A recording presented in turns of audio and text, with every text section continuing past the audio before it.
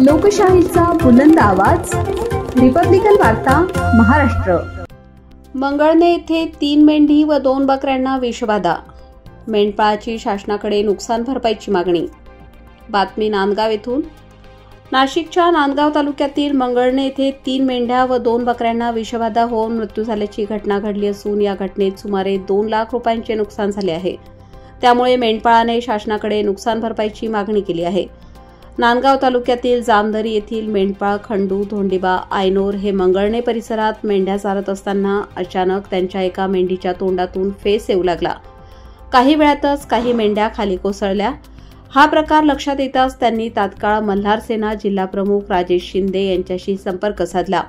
घटनेची माहिती मिळताच राजेश शिंदे यांनी तात्काळ घटनास्थळी भेट देऊन पशुवैद्यकीय अधिकारी डॉक्टर नवनाथ ताठे, रोहित कुर्हे तसेच तलाठी देशमुख व सुरवसे यांच्याशी संपर्क साधून पंचनामा करण्यात आला। यानंतर राजेश शिंदे यांनी आमदार सुहास कांदे यांच्याशी दूरध्वनीवरून संपर्क साधून घटनेची माहिती दिली। आमदार कांदे यांनी तात्काळ नांदगाव तहसीलदार सुनील सौंदाणे यांना पंचनामा करून नुकसान भरपाईची कार्यवाही सुरू करण्याच्या सूचना दिल्या। राजेश शिंदे यांनी सांगितले की सदर घटनेतील मेंढपाळास शासनाकडून योग्य नुकसान भरपाई मिळवून देण्यासाठी प्रयत्नशील आहोत। आज मंगळणे या गावामध्ये रोडच्या साईडला जो मळा आहे त्या ठिकाणी आताच काही तासांपूर्वी आमचे मेंढपाळ बांधव खंडू भाऊ आयनोर यांच्या 3 मेंढ्या आणि 2 बकऱ्या यांचं विषबाधेने यांचं निधन झालेलं आहे। तर त्यासाठी मी या ठिकाणी डॉक्टर साहेब पण आलेले आहेत, ते त्यांचं पंचनामा वगैरे करणार आहेत आणि तो केल्यानंतर त्याचा जो अहवाल वगैरे येऊन आपण आदरणीय आत्ताच अण्णासाहेबांना, या नांदगाव तालुक्याचे कर्तव्यदक्ष आमदार आदरणीय अण्णासाहेब सुहास अण्णा कांदे साहेब यांना मी सविस्तर या घटनेची माहिती दिलेली आहे।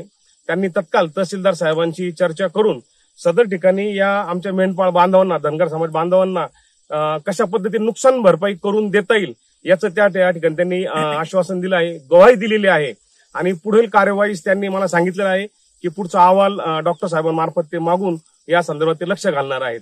तरी मी आपल्या माध्यमातून मी शासनाला व अण्णासाहेबांना विनंती करेल की आमच्या या मेंढपाळ बांधवांना आपण न्याय मिळवून द्यावा ही विनंती।